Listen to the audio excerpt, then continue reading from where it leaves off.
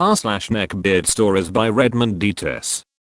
Trevor the Neckbeard, a sad annoying story with a somewhat happy ending. It was a little over 10 years ago. I was working my shit retail job for ex-grocery store chain. I had just been cheated on a month and a half ago. I broke up with my girlfriend obviously. I worked with a whole cast of characters. Some nice, some dicks, some smart, some dumb, some weird. But none weirder than Trevor. Trevor looked like Tennessee Steamets in neckbeard form, minus the likable quirkiness. Slight odor, love of anime, which there's nothing wrong with, plus insult tendencies. Which there is something wrong with. Pretty overweight, but I can't pass much judgment on that, considering I spent half my life chubby. I was fairly close with two guys who I thought were my friends, but that's another story entirely. We'll just call them friends for now. Anyway, we were just talking about how we were gonna play until dawn and drink that weekend. Then they caught me checking out the new girl Rachel. They started giving me shit for trying to move on so soon, and you really can't blame them. Somehow the next few minutes are a blur because I got sucked into a conversation with Trevor about my taste in movies. I was chastised for liking Star Wars, imagine that. The conversation just got more awkward and onto stuff I didn't give a shit about, but I was too nice to exit it. I foolishly gave him my number and added him on Facebook because of my chronic niceness. After work, the messages started flowing in about a bunch of emo shit about his life and how he was looking for the perfect girl and all that. Followed up by a bunch of incel stuff. This was before Andrew Tate was super known for that, but the vibe was a little similar. He started nitpicking me about talking to girls at work for him. I have no idea why he couldn't do it himself. We were 19 and plenty old enough to nut up and talk to women. I think it may be not only because he was a scared incel, but more because he picked up on the fact that I had a good general rapport with all the girls we worked with. Success with them being neither here nor there. He kept on texting me about all the girls, and it was getting annoying, but again man, my chronic niceness.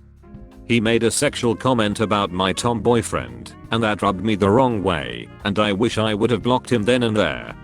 Strike 2 was, he said that he doesn't want the type of girl who waits till marriage. Anyway, I shrug off all these dumb texts and go into work next day, and by this point I was drooling over Rachel. I was assigned to work with her for the first time. Trevor was either off that day or didn't show up. It sounds corny and cliche, but Rachel and I instantly hit it off and talked about movies and stuff we found on Urban Dictionary for our whole shift and about specifically what horror movies we liked.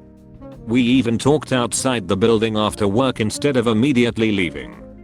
As I said, I'm not often successful with women at all, but somehow someway we ended up holding hands during that conversation. Wow, what in the world? 2 seconds ago I was nobody to her. Insert teenage dirtbag song. Anyway, I ended up walking her to her car, and just like that we kissed. Which I know was unprofessional, but screw that. I was 19 and excited. But our boss was strict about this stuff, so we agreed to keep it under wraps for a while. This is important for later. Having just had my best day in years, I was excited to go home and message her. I told my parents, and they were obviously skeptical of me moving on so quickly, but that's another story too. I fired up Cabela's Dangerous Hunts 2013 on my PlayStation 3 and balanced that with texting her. But something interrupted it. It was Trevor. He was texting me to tell me something very important he just thought of. What was it? That he knew who he wanted as a girlfriend, and that I had to talk to her for him immediately. It was, drumroll, Rachel. Yay, screw my life. He started sending me cringe poems, saying it's how he felt about her, and all that jazz. He even used words like destiny. I might have left out details, but I gave Rachel a heads up about this. She didn't seem to think much of it. Anyway, Rachel was already doing stuff that might out us to my coworkers. giving me little hugs at work, which I didn't mind, but you know, secrecy. This didn't have a lot of consequences at first, and none of these little instances could have been seen by Trevor, yet. Almost every day, and like 3 different times, Trevor kept asking me, "Did you talk to Rachel for me yet?" Let me say again, we were almost 20 and not 11, so the inability to talk to women at this point was nothing but a skill issue. The messages were getting more incessant, and he kept talking to me about all the stuff he wanted to do together with her. And being so nice, the stubborn little voice in my head was almost saying I was an asshole for dating her. This went on and on for about a week, until Valentine's Day was here.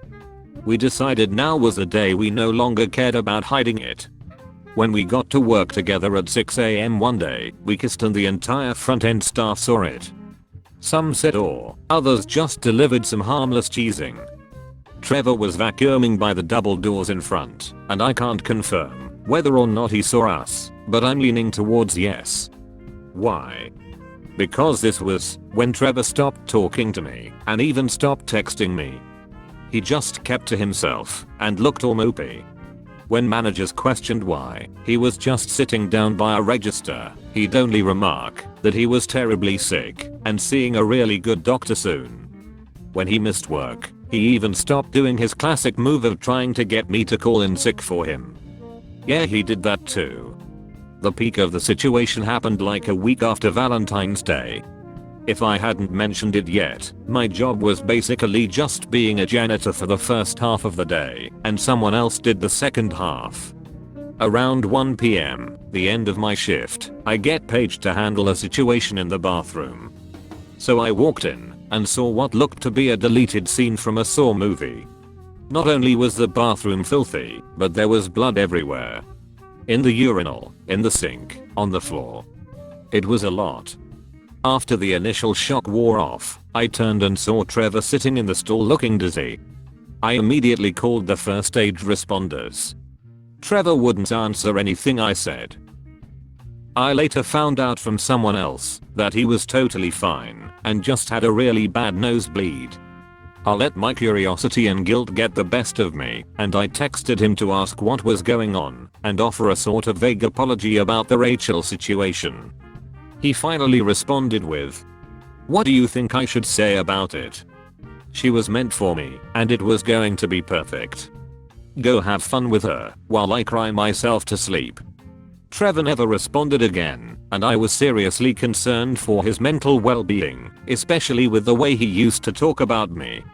He stopped showing up for work a few weeks later. He never responded to texts, and I could never find him on social media again for the longest time. I guess this is a sort of epilogue here. Rachel and I lasted about 6 months, and the breakup was fairly nasty.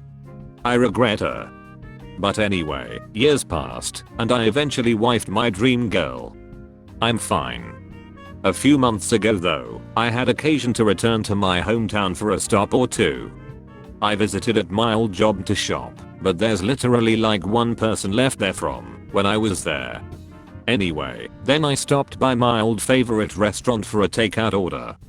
The person who handled the order for me was none other than Trevor. And he didn't look better per se, but he was obviously very much alive and didn't look any worse. He either didn't recognize me, my appearance has drastically changed, or he did an Oscar-worthy performance of not recognizing me. And then I went on my way. I guess you could say I got some closure on the situation, and it's nice to see he's still among the living. I hope he's learned how to pick up on social cues and respect women more. That's all folks. Thank you for watching. If you like videos like this one, why not like and subscribe for more? Have a nice evening.